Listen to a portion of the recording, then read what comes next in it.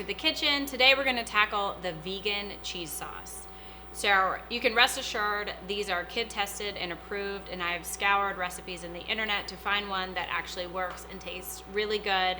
So we're gonna start with the veggies. So we've got two diced potatoes here. I like using organic russets or Yukon Gold also work. And then I've also diced up 2 carrots, and that beta carotene is gonna give you that nice orange American cheese-like color.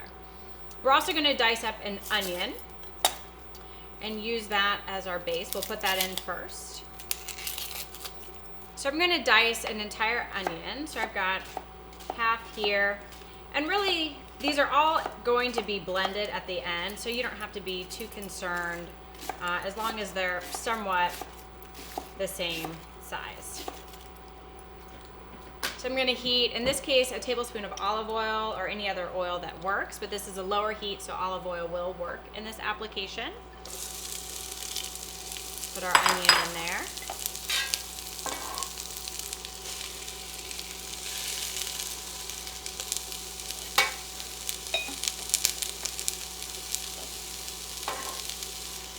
All right, so we'll add our other veggies, our potatoes, and our 2 potatoes and 2 carrots. So we'll stir that all up.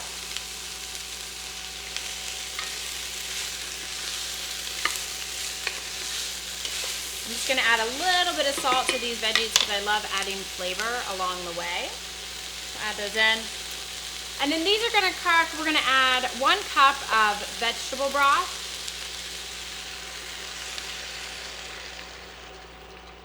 So we want to kind of bring that to a simmer, and then it takes about 10 or 15 minutes. You really just want the vegetables to be soft. So we'll come back and check on that in a little bit.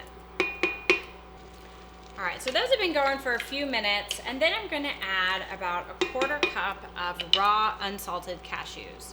So this adds a little bit of plant protein. It's also a good source of selenium, which is really good for your skin. So those are actually gonna soften along with the veggies, and we'll let that continue to cook for another 5 to 10 minutes. All right, it's time to check on those veggies. Let's see how we're doing. All right, so nice and soft. Checking a carrot, a potato. You want most of the liquid to be absorbed and the veggies to be nice and soft. So we're gonna go ahead and turn this off, and we will let that cool, and we'll move on to the Vitamix. All right, so we've allowed the veggies to cool just a little bit, and then I'm gonna place them all in my Vitamix. So you can use a regular blender or even a Cuisinart, but I find the Vitamix is really an essential tool to have, especially in vegan cooking. I'm always getting it out of the pantry and using it in a lot of different recipes. All right. So we are gonna add that 2nd cup of veggie broth. So we're getting the liquids in there. I'm also gonna add about a cup of unsweetened almond milk or any other non-dairy milk that you prefer. Just make sure it's unsweetened. You don't wanna pull the vanilla milk in there. That would be gross. All right, so we're gonna do about a teaspoon of garlic powder. I'm gonna add a tablespoon of Bragg's amino acids. Give it a little salty flavor. And then again, we're gonna put about a 1/2 cup of nutritional yeast, which is a really great plant protein. It has all 9 essential amino acids, which is the building blocks for protein. So we're gonna put about a 1/2 cup in there. Awesome. We're gonna add a little bit more salt and a little freshly ground pepper. Awesome, we'll place the lid on securely. So my Vitamix actually has a soup setting, so I'm gonna use that. Look at that beautiful color. So you could really let that go for a little while. You're looking for a very pureed, smooth consistency. Nice, all right, so let's go ahead and check the seasoning and see if it needs a little bit more salt. That's pretty good.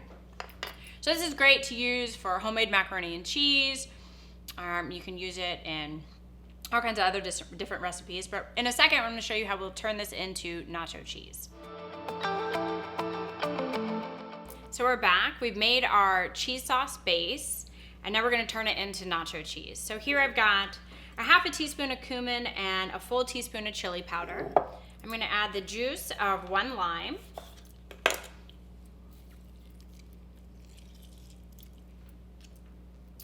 And then depending on how spicy you like it at your house, I'll add probably about a half of a jalapeno. So I'm really going to mince that and leave out the seeds and the ribs inside the jalapeno because those are the spiciest part.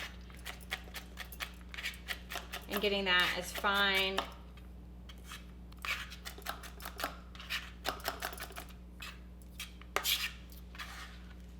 All right, there we go.